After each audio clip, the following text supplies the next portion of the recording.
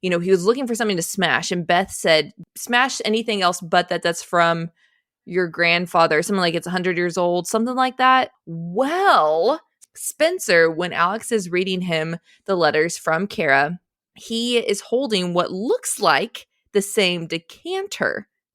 So, saying that Spencer...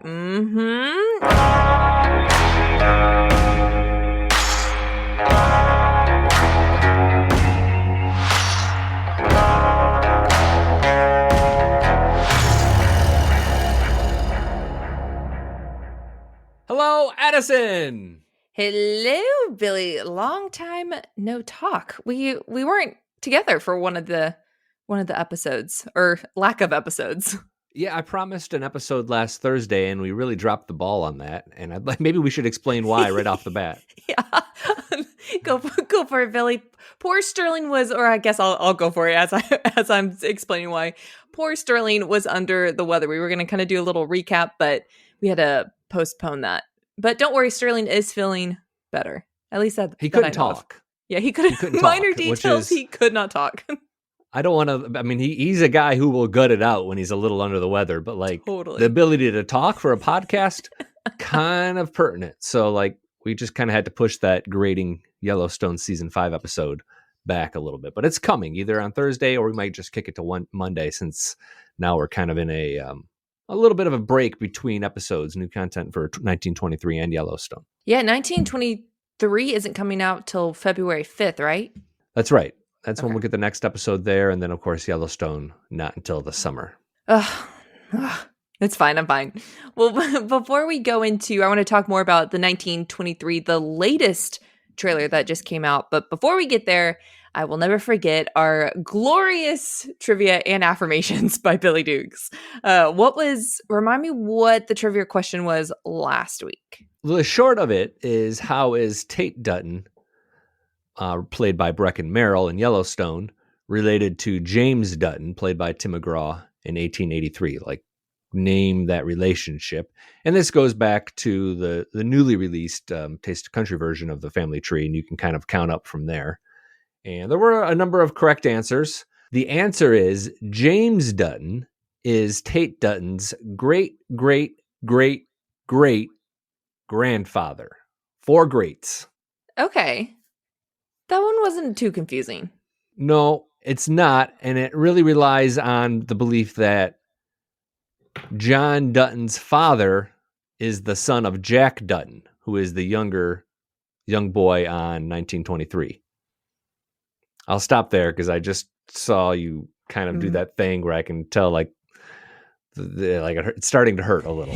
My eyes are starting to narrow just a little bit. As I said, oh yeah, that's easy. And then you went a little deeper, and then So who won?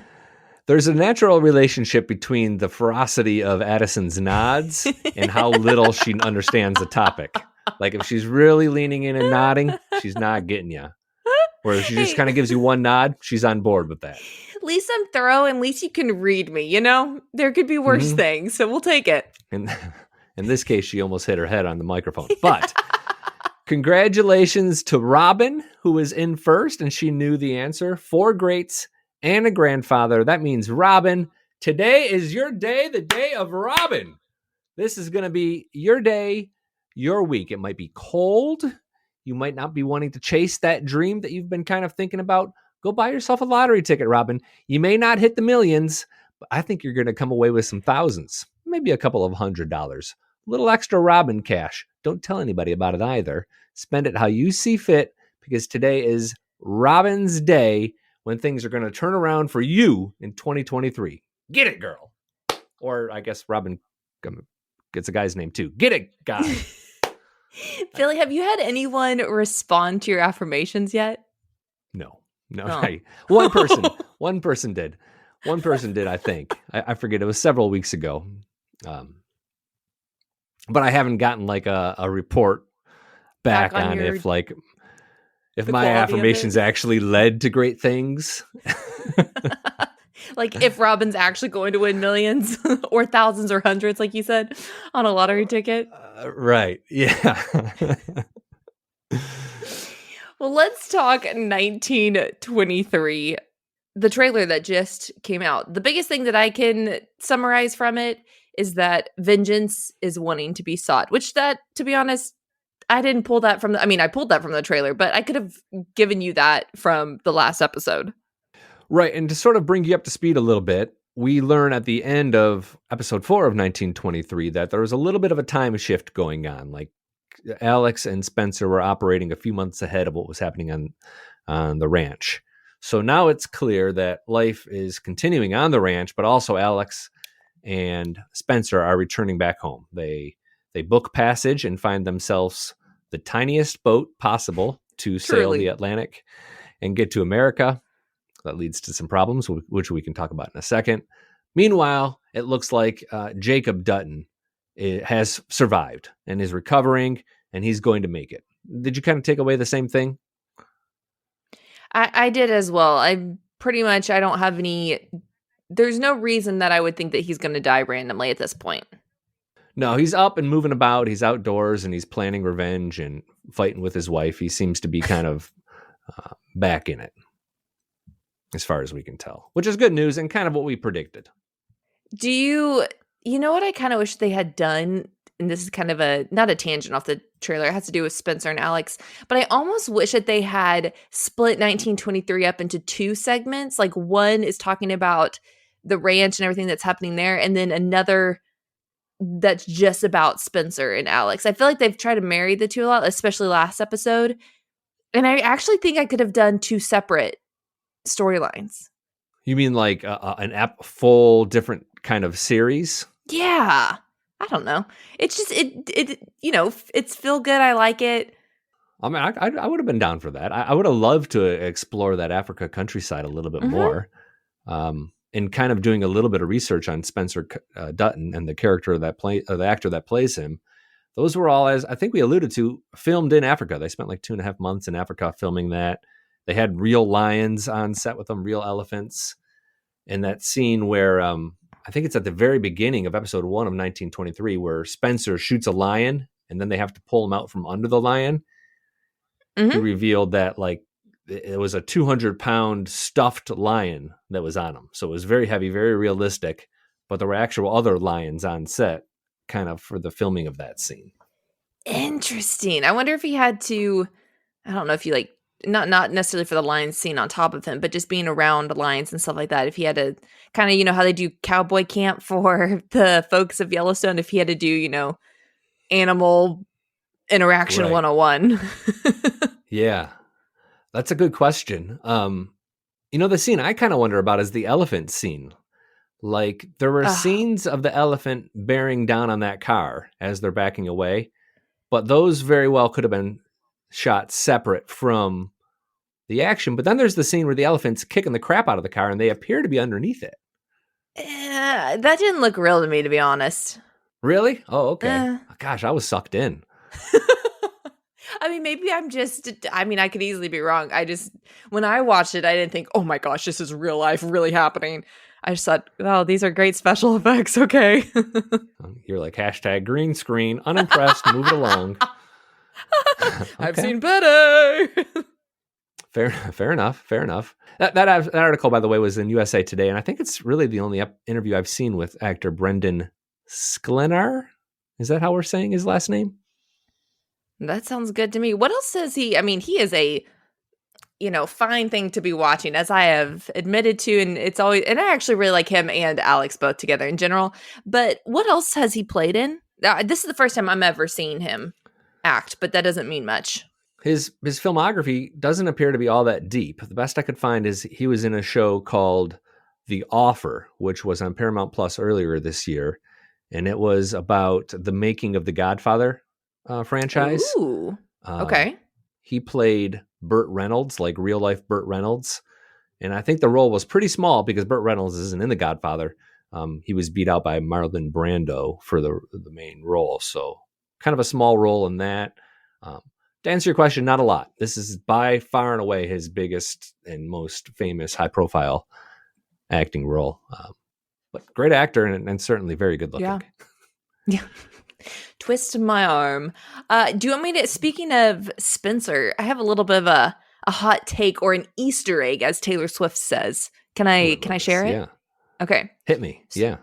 So the scene in Yellowstone, I don't remember what episode it was, where John was coming in and he was really upset. Beth was there in the room and he had this kind of Swarovski, I think that's how you pronounce it, Swarovski crystal decanter looking thing. And, he was looking for something to smash. And Beth said, don't, do smash anything else but that's from your grandfather, something like it's 100 years old, something like that. I don't actually remember the exact wording. Well, something I noticed, and then of course had to do stalking on my own thought, and other people on Reddit thought the same thing. Spencer, when Alex is reading him the letters from Cara, he is holding what looks like the same decanter. So, saying that Spencer is John Dutton's, I don't know how many great-grandfathers, but that was kind of the drawing of the lineage there. What are your thoughts? I'll mic drop and let you take that. Oh, that is a sneaky little Easter egg. Right? I like it. I like it because of the timing of the two events. Like, they kind of happened, like both episodes ran close to one another.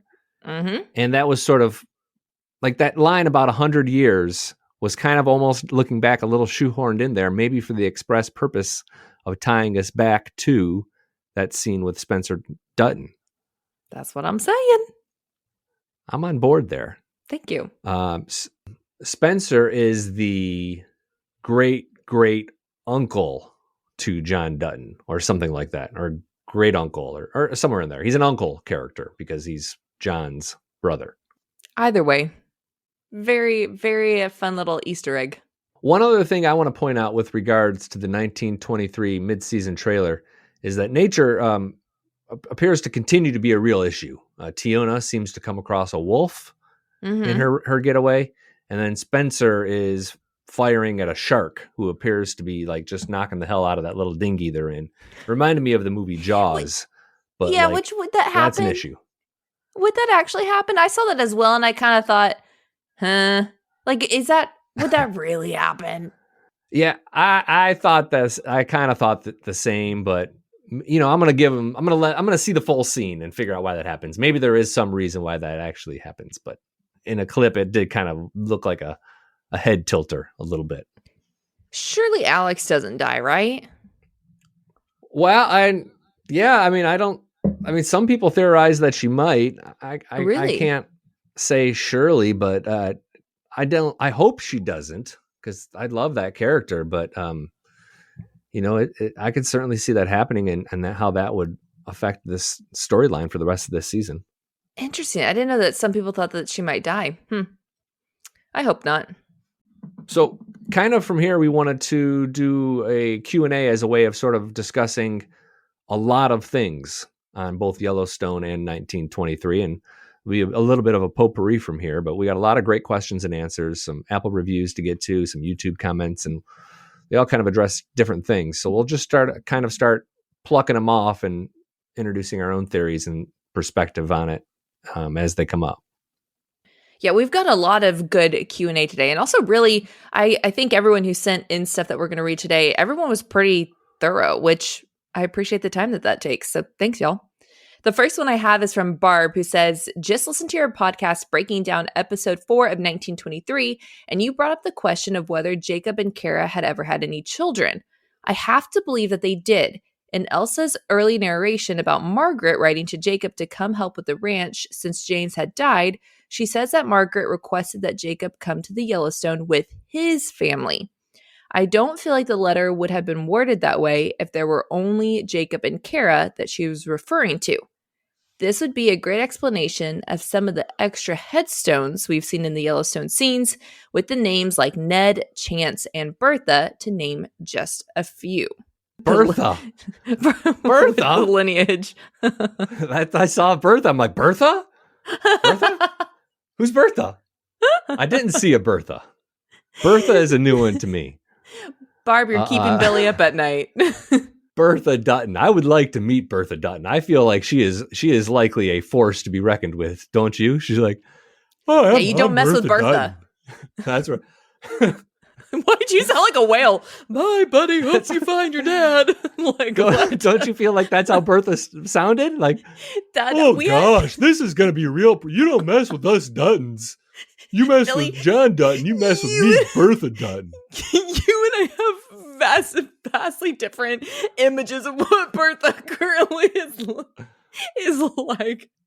I think I would mess with your Bertha. Your Bertha does not sound at all like I couldn't take her down. I lift weights. Well, I think we're in agreement that when Cara Dutton kind of scoffs at the idea of women shaving, Bertha Dutton is on board with what Cara has to say. Like, amen. Bertha is not going to be the one that's shaving her arms, legs, pits, or mustache. Like, she probably, of all the Duttons, she might have the most impressive facial hair. But I will say to her, to Barb's, to circle us back, to Barb's point, when she says his family, I would say, like, if I'm just addressing someone else, I mean, I might not say Jacob and you and Cara, but family, they're a unit. So technically they are a family. Okay, so to rewind back to that, a lot of possible answers there. The degree to which Margaret Dutton knows about the kind of family that Jacob and Cara have, like, she might just say family because she doesn't know if they have kids. They probably haven't spoken in several years at that point. But that said, she does say family, and if she says family, I think that opens up the possibility that Ned and Chance are indeed Jacob and Cara's kids. We don't know for sure. It hasn't definitively been said. Other people have suggested that it's been actually stated that Jacob and Cara don't have kids. Still very much a question mark, but that kind of does lean into the idea that they did have kids who died on the Yellowstone at some point before 1923, which I think fits with the ethos of their characters being sort of tragic and well-worn, and I don't know, the whole tone of the show. Barb, actually, I realized I didn't really read the rest of her little comment. She said, love your podcast, and hey, what's more fun than trying to figure out all of this before it happens and being wrong half the time? Amen. Can I get an amen? Apologies to all Berthas out there who might be listening. I'm not sure how many Berthas are left on this earth. Are they still making Berthas? If you are listening, let us know, and Billy will send you an affirmation next podcast. Yeah, I mean, I have Berthas. A lot of Bertha hate coming my way. Putting us back on the train track over here. Renee, our next one is from Renee, who says, I'm subscribed to the Only in Your State website, and today's edition featured an article on historical winter weather. Seems like Taylor did his research. Renee, one of my favorite listeners, she's emailed many times, and this link she sent is a gem. The Only in Your State website. I guess I don't know what the whole website's about, but it does note that the winter of 1886 to 1887, extremely harsh for the entire country, especially the Western Plains. That would be when Faith Hill's character, Margaret Dutton, supposedly succumbed to a very cold winter. So just really froze right on up. She's totally plausible, Quite historically literally. accurate. That's a next detail fact. Applaud Taylor Sheridan for that one. Next one I've got for us is from John, who says, I believe Spencer and Alex are Yellowstone John Dutton's grandparents, and here's why. Ooh. Elsa said only one of her brothers lives to see his children become adults. Naturally, we think Spencer is doomed because Jack, John's son, is engaged to be married, and we're all assuming he's over 18. Well, this kind of rests a little bit on what someone means when they say adult. But the problem with that theory is that takes out a full generation. And Jamie Dutton described John Dutton, Kevin Costner, as a fifth generation rancher. If we remove that generation, he would only be a fourth generation rancher. That's the one flaw in that theory. But we still, as to this point, don't know. It could be Spencer and wife-to-be have a kid who have a kid, and that leads to John Dutton's dad and then John Dutton. But best theory so far is that it all stems from Jack Dutton. Next one we have is from Don, who says, Cole Hauser says, we just finished 5 and we've got 6 and 7 coming. We're so excited. From other things I've read, they haven't started filming season 5 part 2. So how can he say they just finished season 5 unless they are considering part 2 as season 6? Another Yellowstone genealogy journey or just a plot hole? Question mark. This got everybody really excited, I think. Cole Hauser, during an interview on one of these award shows, a red carpet interview, said that season 6 and season 7 of the show are coming. I think he somewhat misspoke. I think he was thinking of season 5 part 1 as season 5 and season 5 part 2 as season 6. Mm-hmm. Like we all think. He doesn't. Yeah, I mean, that's kind of the logical thing. But I mean, Cole Hauser he's not really plugged into like social media or maybe the narrative of how things are going. I just don't think he sort of lives his life on a computer. So I think that at the very least, though, you can take away there is one more season of Yellowstone coming after this second half concludes. At least one more. After that, who knows? We'll see. I don't think a full season 7 is guaranteed by any stretch of the imagination. Our friend Steve says, hey there, I thoroughly enjoyed your podcast. It makes episodes of Yellowstone and now 1923 last just a little longer. A couple of questions from the January 9th episode. Wasn't John Dutton also a livestock agent? I'll stop right there for that one so we can answer that question first. Yeah, he wasn't he? He was like the head of the livestock agency. That was his job in office. And as it turns out, it was a long line of Duttons. We find out in 1923 that Cara and Jacob Dutton started that agency and likely ran it for several decades. And so John Dutton certainly was, and then both Jamie and Casey led that agency after him. Steve also says, on the prior episode, I noted Jimmy and Emily were wearing rings. I thought they might have been wedding rings. Do you have any insight on that? I mean, I guess they could have gotten married and we just to move the plot line along and we just didn't see it. I thought you noticed the same thing, though. Didn't you say that you thought that they had wedding rings on?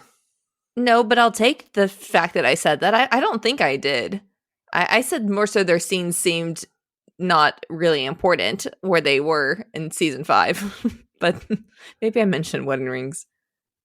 They were engaged at the end of season 4 of Yellowstone. Right. And now things have moved forward some 6 to 10 months. Certainly plausible that they could have gotten married. And I would guess they probably have. Neither one of them seems to me like they're going to be engaged for 6 months to 2 years. They're both a little bit older. Jimmy doesn't really have any family, so he has no reason to wait. And she seems kind of be of the quick marrying type as well. Mm-hmm. So I like the idea that they're married. And in that honeymoon phase, it makes me feel a little bit more comfortable about a scene that was sort of goofy. It was just kind of a goofy love scene, I guess. Wasn't it?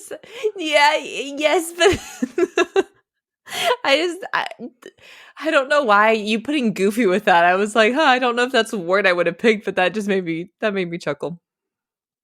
Well, yeah, I guess newlyweds do goofy things. Like, I just don't use the word goofy a lot. Married. So no, it isn't. But look, like when we got married, like we found it was really cute to like call each other by Mr. and Mrs. our last names, like for like a week or two. Like it was kind of just dorky. And we had been married for a short amount of time, but we had known each other for like 10 years by that point. So it's just kind of dumb married things. I guess. Goofy. Yeah, goofy, silly. The next one is from Lindsay, who says, this past week you discussed the Native American boarding school scenes and how that story will fit into the bigger Dutton picture. I'm not sure if this was already mentioned in a previous episode or if I heard it in a future preview, but once Tiana leaves and is on the run, I think she comes across someone who is looking for her, pretty sure someone connected to her family who will help her.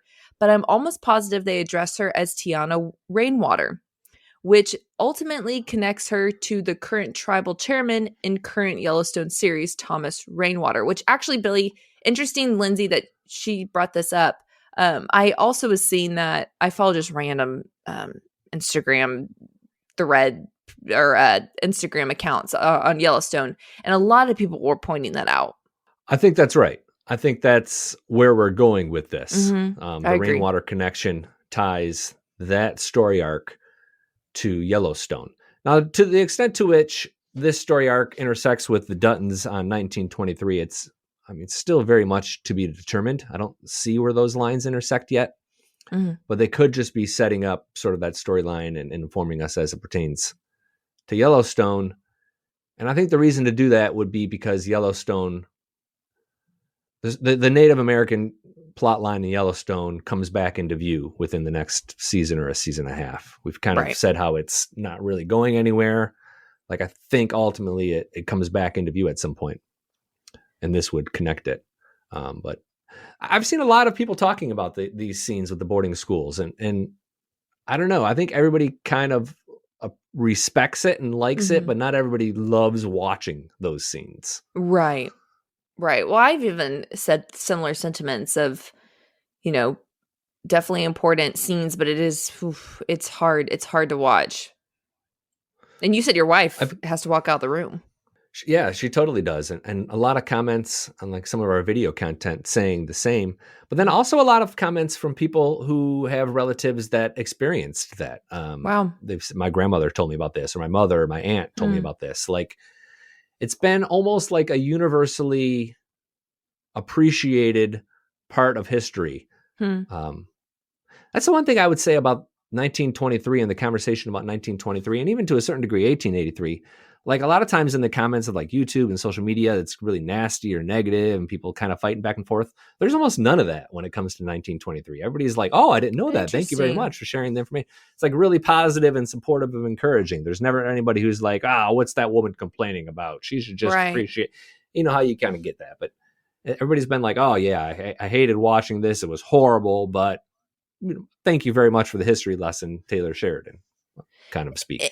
Interesting of why we didn't see that as much with 1883. And I don't know if I was about to say, I don't know if it's because people were so focused on Tim McGraw, Faith Hill, but you could say that also about Harrison Ford and Helen Mirren. So I don't know on that. I don't want to say there hasn't been any criticism. I can think of right off the top of my head one person who thought Harrison Ford's acting was the worst of his career, but it's minimized. The mix, positive to negative, is certainly much, much more positive. We'll have a few more Q&As to read off, but just real quick, as a little bit of a stretcher, if you will, don't forget, if you also would like your comments to be mentioned, staff@tasteofcountry.com is where you can send them. You might hear them on a future podcast, or Billy and I will try to respond to them. As always, we so greatly appreciate the comments and thoughts. It's definitely, it makes it fun, and it makes it interesting. And also, if you are listening on Apple Podcast, if you would leave us a rating and review, it is always greatly, greatly appreciated. Are you ready to launch your career to new heights? Visit careers.dish.com/technician now and uncover a world of exciting opportunities waiting just for you. From cutting-edge technology to a supportive work environment, Dish has everything you need to thrive. Don't wait any longer to kickstart your next opportunity. Apply today and join the Dish family, where innovation meets opportunity. Visit us online at careers.dish.com/technician. Your future starts now. In fact, our next two are from their Apple reviews. Kimmy says, I love listening, but episode titles have contained spoilers. I'm going to have to unsubscribe so it stops spoiling the episodes. Oh, Kimmy, don't unsubscribe. Yeah, my bad on that. I mean, I'm just gonna go ahead and take the E on that. I think I was trying to get right up to that line, or maybe I was overestimating how many people watch a show immediately. So I'll stop doing that, Kimmy, and anybody else who's been annoyed by that. I'll be a little bit more vague with the episode titles moving forward. There's been a couple of times Apple reviewers have kind of corrected us a little bit. I remember early on, one person kind of got on our case about saying the name of our program a little bit repetitively. And that was appreciated. Who are we? No, I'm just kidding. Right. Not necessarily. It was funny at the time because the guy was so on the nose, but okay, Kimmy, understood. And I think you're probably right. So I'm going to stop doing that. I'll find another way to engage. And then the last one from Apple Podcasts was BC says, the thoughtful recaps, theories, and predictions make me smile. I also really appreciate that when you find out something that contradicts a previous statement or prediction, you share that knowledge with us. Thank you, BC. We try to be humble over here. Self-deprecating, I guess is a good word. Well, you almost have to, because so much of what we talk about is theorizing, you know? True. Overall, we got a real cache of positive comments in the Apple review section, and a number of 5-star and overall just ratings within the last episode or 2 episodes. So really appreciate those and keep those coming. And as you can tell, we read them and respond to those reviews as well.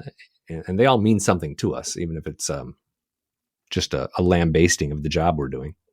Okay, the last one I have for us today is from our YouTube channel in the comment section. This one's from The Gamer Boneless on YouTube, who says, that Native American scene was so gratifying. I don't like to see violence on good, decent folks, but revenge, that was appropriate. I found it relieving to see a cruel person die. One thing, and this is kind of a correction as well, I think we said the actress's name wrong. Jennifer Ely, I think is how you pronounce it. But I think that comment, it goes back to what I just kind of talked about. Like people really enjoyed that. Like it was satisfying to see that woman kind of get her revenge. But I do think life is going to get pretty tough for her. Going back to our mid-season trailer for 1923, it looks like the head of that school, the father, he's on the hunt now. Like he's trying to hunt her down, and maybe even it alludes to maybe he's going to torture her friend a little bit to kind of get some information out of her. So that storyline is far from over, I think, for Tiona, played by actor Amina Nieves. And remember, this is kind of a final thing on this scene. That actress has never acted before. Like this is her first role. Amazing. Maybe she's done a couple small things, but she's never had, like, this is the start of her film credits. She's killing it. Like that performance really is a tremendous job. And it's been kind of cool to get that lesson in history. Mm-hmm. Staff at tasteofcountry.com, again, is where you can email us your corrections, your thoughts, your theories. We love to hear them all. Billy, let's remind people real quick before we sign off kind of what our schedule looks like. I know when Sterling has his voice back, hopefully we'll have a recap of Yellowstone, kind of our gradings and thoughts on Thursday or potentially next week. Yeah, schedule. I would like to go weekly, I think. That feels about right during this gap. If there's one thing I learned from season 1 of our podcast is that when the show takes a break, oftentimes people enjoy taking a little break as well. We are going to recap the first half of Yellowstone and do the grading of the season. And then Sterling also has some insight onto why or why not Kevin Costner might be returning for what would be a season 6. So those are the 2 directions we're headed in. We have some other interview content that I think we're just going to kind of leak into the different podcasts. I don't know that we'll do a full sit down and stop with either the Harrison Ford or the Jennifer Ely and Amina Nieves interviews. Not at this point, certainly. They're good interviews, but not enough to, I think, carry a full episode of our podcast. Looking forward to it, though. You can find some archive interviews, though, however, with actors like Jefferson White, Ryan Bingham. We did do kind of a full sit down with some of the stars of Brecken Merrill was another good one. Just look in the archives and you can find those wherever you podcast. Well, as Billy's favorite word today, as always, Dutton rules. A Yellowstone 1923 podcast is another goofy Townsquare Media podcast. Goofy. Cool.